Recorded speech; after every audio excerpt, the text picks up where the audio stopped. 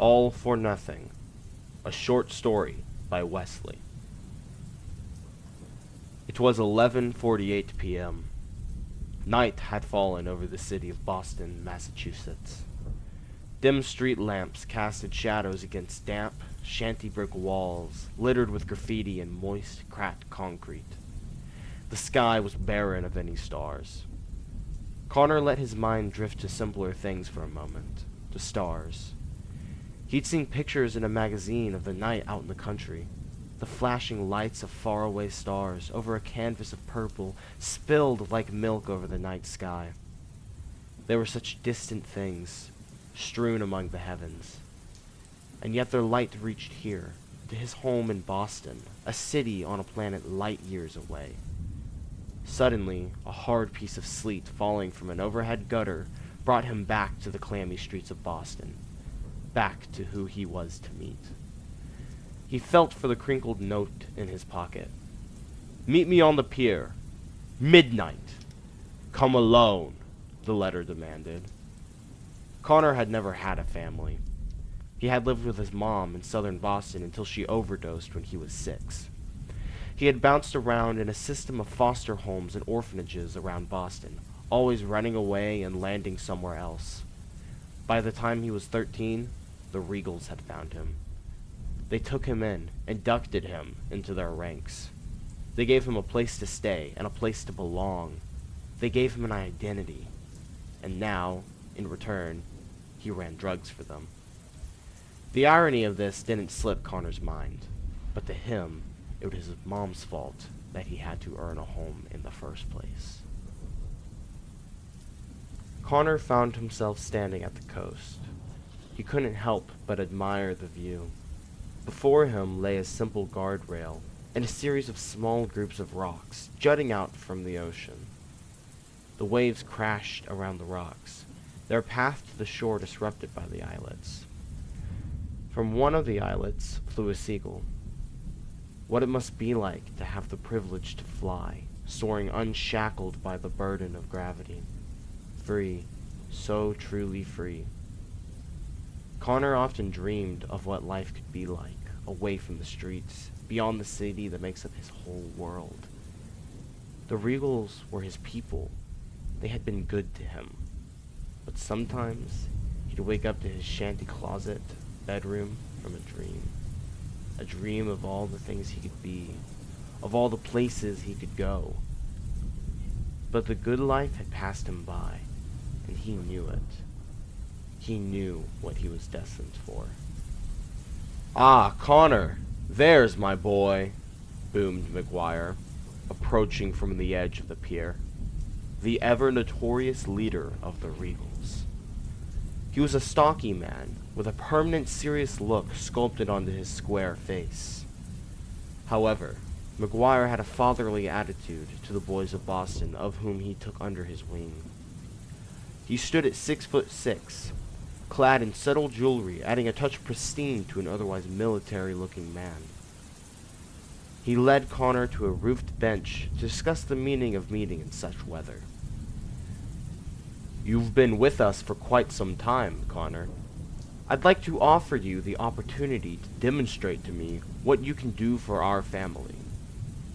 McGuire had a way of making Connor feel included in a way he had never felt before. This man was like a father to Connor. "This man is Jefferson Smith. The address is on the back," McGuire continued as he passed Connor a picture of a disheveled-looking young man sitting on his bed. The man bore syringe marks on his arm. The picture had been taken from the man's window. "He owes us a great deal of generous money. We've already sent in the muscle and he didn't pay up. Maybe he has nothing to give. Anyhow, he knew the consequences if he couldn't repay when he took that loan, as did you. So, why don't you pay him a visit?" In the silence that followed, McGuire gazed at Connor with that stony-eyed look of his. Connor knew what was implied. He had never taken a life before. He didn't even think he could. "You mean I should take him out?" Connor asked timidly. Of course, He knew the answer that would follow. "Connor, my boy, this is the business. We can't have junkies taking our money. You know that. Consider it practice. The guy's probably shooting up as we speak. He's a sitting duck." The Regals, as all gangs, dehumanized those they had to remove. Perhaps that's just what killers did. To take a life in cold blood is not something carried lightly. Connor looked at the photograph again. What could this man become? What had he been? In this picture was a life that had influenced so many. What all would he be taking away? Who all would he be taking from if he took this life? Who gave him the right to play God, to decide who gets to live or die? "I'll do the job," Connor said, reflecting the stone gaze of the man beside him. And the stone smiled.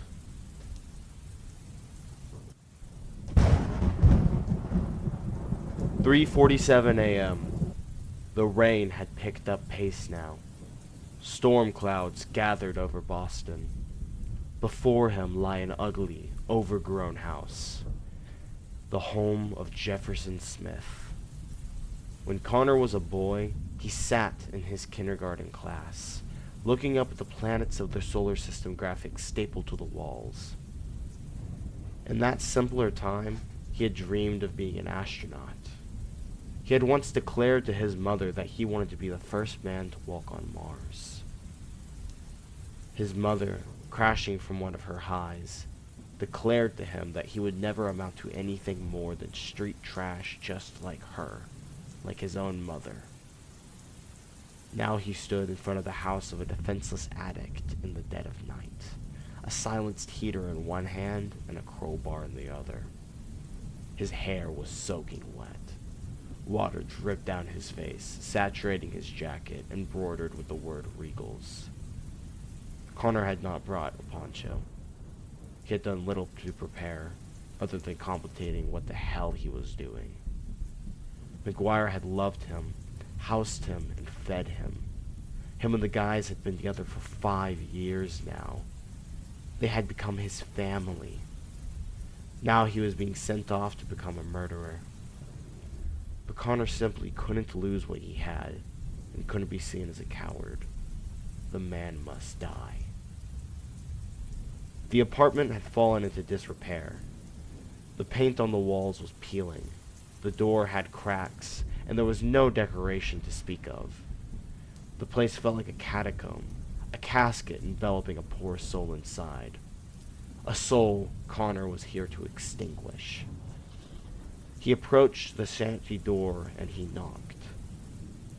The apartment responded with a stirring on the other end. Connor knew addicts all too well. The man was delirious, if not unconscious. With his crowbar, he propped open the door. In the house, wasted on his couch, he found a pale creature, one covered in vomit, with veins that looked ready to pop. Beside him lay an assortment of syringes. McGuire's words earlier that night came back to him. "Don't think about it, just act," he whispered to himself.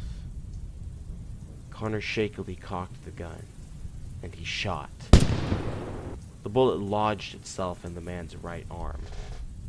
The man awoke with a yelp, and, upon seeing a man with a gun standing over him, he began flailing wildly. He launched out of his chair, syringe in hand, and stumbled at Connor. He could no longer pretend the man in front of him wasn't a real living person. A real life that he was about to take. He hesitated, giving Smith ample time to stab the syringe into Connor's wrist, causing him to drop the gun in a moment of panic and pain. The man was screaming wildly now, an ugly, gurgling cry. One of the neighbors had to have heard. The police might even be on their way now. Connor had no time to think, to feel, to care about anything other than the most primitive instinct. Survival. The man was high as a kite, likely could hardly see inches in front of his face. He found the man's head, grabbed him by the hair and swung once with the crowbar. The screaming grew louder. He swung again, a sharp blow to the ribs. The man vomited. The screaming stopped. He swung again and again and again, beating the man over and over until not a sound came from his wretched mouth. By the end, teeth were strewn on the floor, and blood soaked Connor's jacket. Telling blood. The police would know. As he let the body of the man fall to the floor, he heard them. The boys in blue.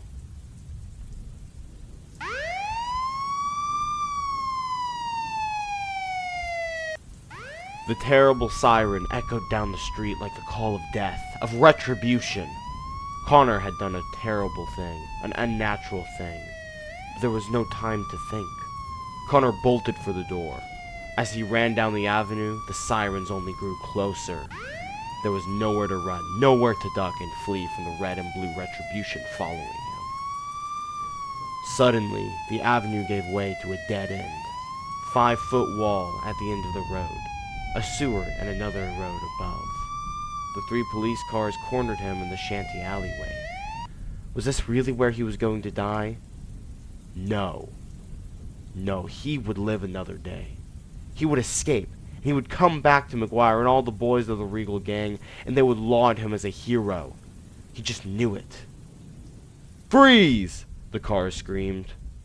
Numerous cops left their cars, pointing guns at him. They said things that he didn't hear. Without a moment's hesitation, he attempted to scale the wall. Thunder roared behind him, and lightning struck his back. He clambered up the wall and scurried across. At the other end of the high-rise road lay an alleyway. He threw himself into it, landing in a heap of trash. The moments of adrenaline gave way to a searing pain. He was dying. 17-year-old Connor, such a bright boy, a boy who had never left his home city, now lay dying in a heap of trash. In this moment, before he rested his eyes to sleep, he thought, maybe one day he could have lived his dream. He could have gone to Houston and worked with NASA. Or maybe he could have landed a second-rate job, working 9 to 5 with a wife and kids. He could have been happy. But now, he would never be anything.